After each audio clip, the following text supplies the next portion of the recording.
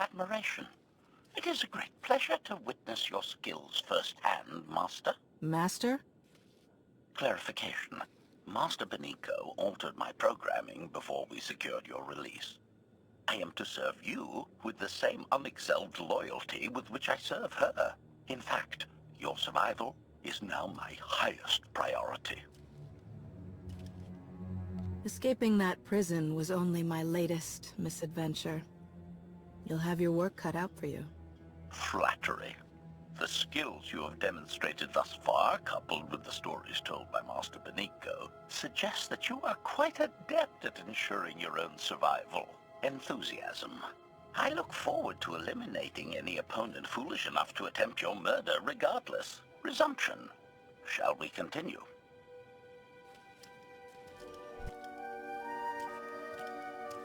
Is this the object you picked up on your sensors? Confirmation. Yes, Master. A closer scan suggests that this object has been here for several centuries.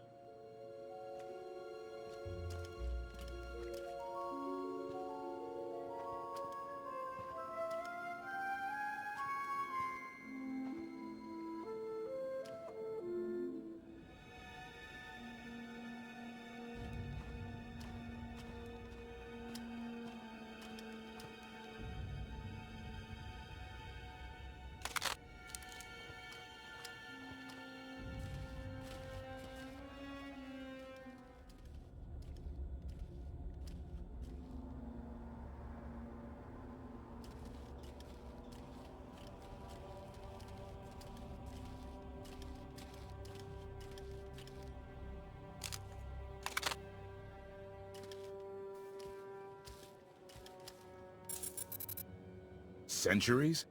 Of all the junk out here, you had to find the antique. Observation. Visible design elements do not match any from Zakulan culture, antique or modern. Not from Zakul. Could it be?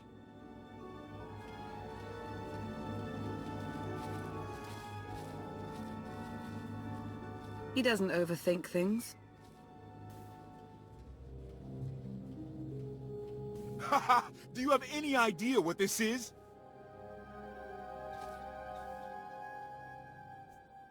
It looks like some kind of old spacecraft. This is the Gravestone! This was the only ship that ever went up against the Eternal Fleet and won!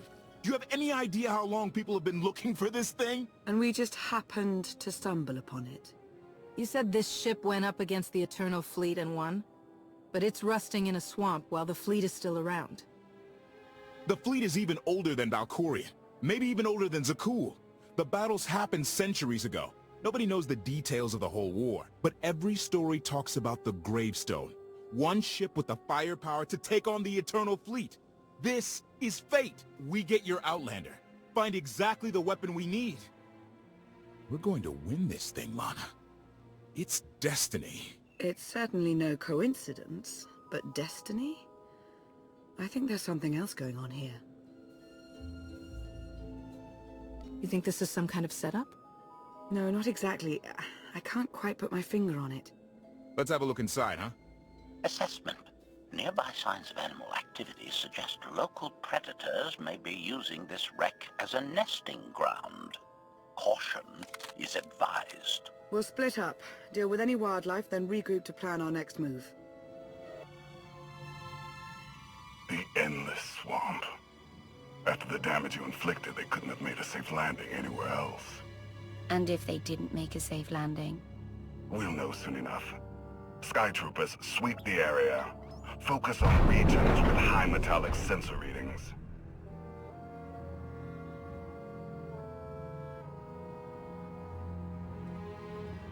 I oversaw security in the Carbonite prison.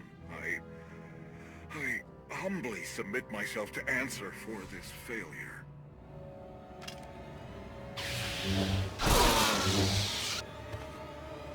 Sister. I didn't like his answer.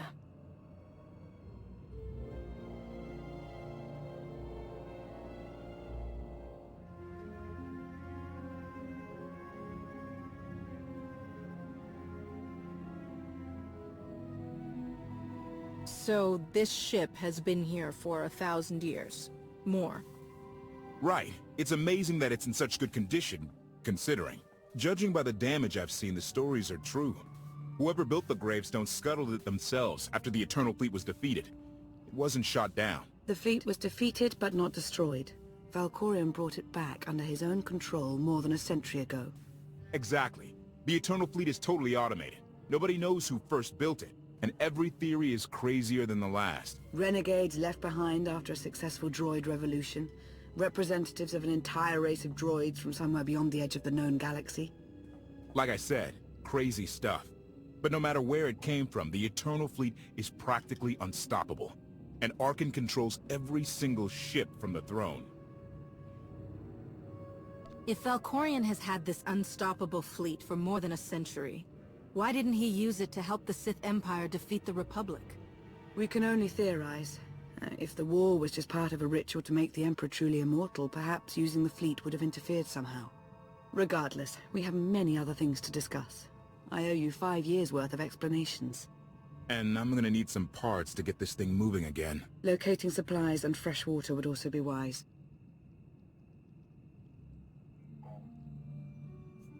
I'll help you find what we need, Lana. Very well. Assertion. I will begin a patrol pattern to ensure that no enemy forces report our position.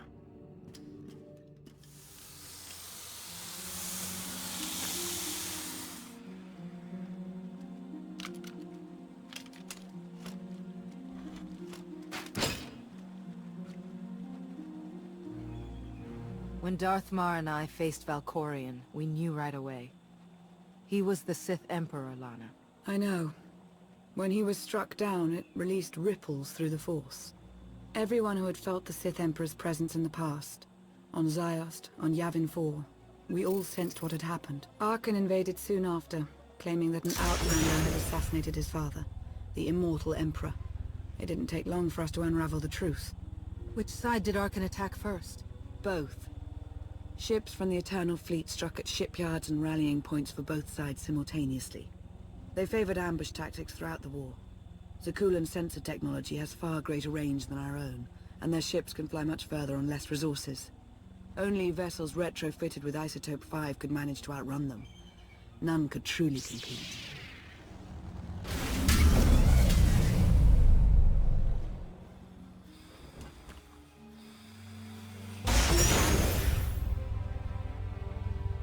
How long did the Republic and the Empire manage to hold out? Within 3 months, the bulk of our naval forces were disabled or eliminated, and the Republic was in the same situation. With naval superiority, Arkan's forces could begin choking off supply lines, trade, any ship travel at all. The Eternal Fleet seemed to be everywhere at once. Coruscant and Dromund Kaas were blockaded by the end of the first year.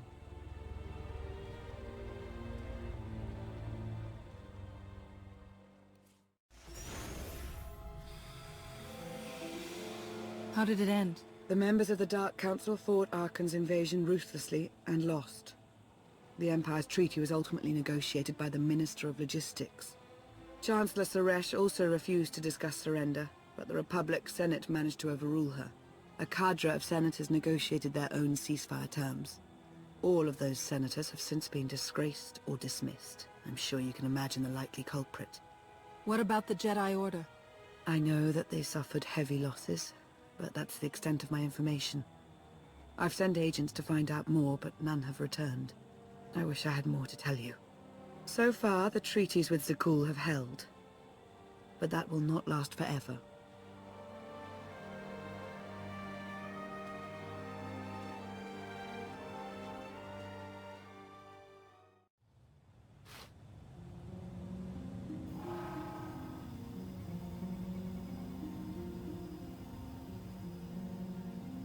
A freshwater spring. It should be safe for drinking.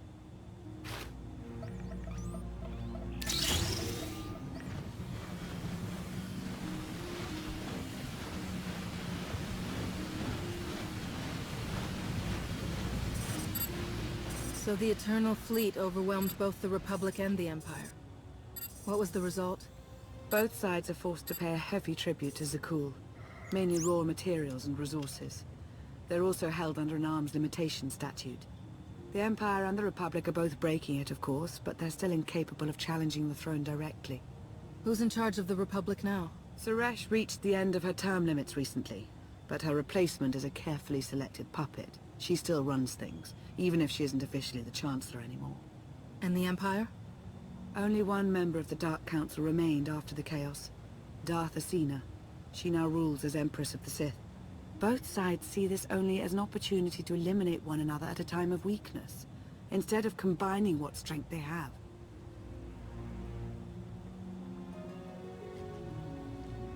Arkan does nothing to prevent violence between them, so long as their tribute is paid and no one challenges Zakuul's superiority.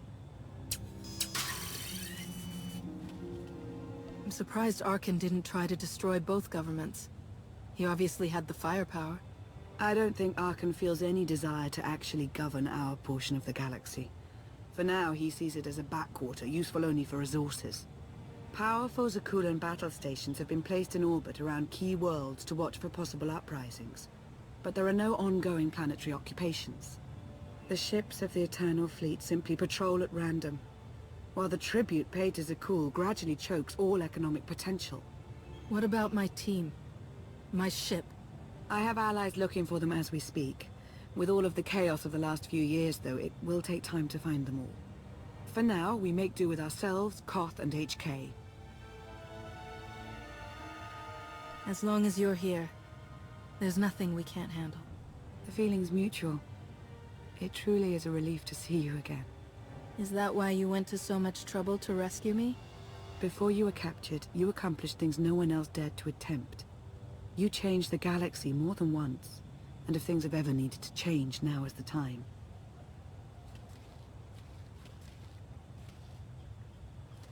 But there is something else. I've felt it since the moment I found you in Carbonite. There's a power in you. Something new. It's elusive, but I know it's there. I think you're right, Lana. I think the Emperor, Valkorion, is in my mind. What? After he died, there was a storm of energy. I barely even remember being thrown into the carbon freezing chamber. And then, while I was frozen, I saw things. Dreamed about him. About everything that happened while I was gone. It can't be. If he were controlling you, I'd know it. I certainly saw enough of it on Ziost. I don't think he's trying to control me. Not directly, anyway. He was trying to convince me to work with him. Whatever he's doing, we can be sure that he's always trying to deceive us somehow. I believe in you. And I appreciate your honesty. I'll remain watchful for any influence he might have over you. For the time being, though, we have no choice but to proceed. What about the others? They wouldn't understand. And like you said, we really don't know anything for sure yet. Let's keep the matter between us for now.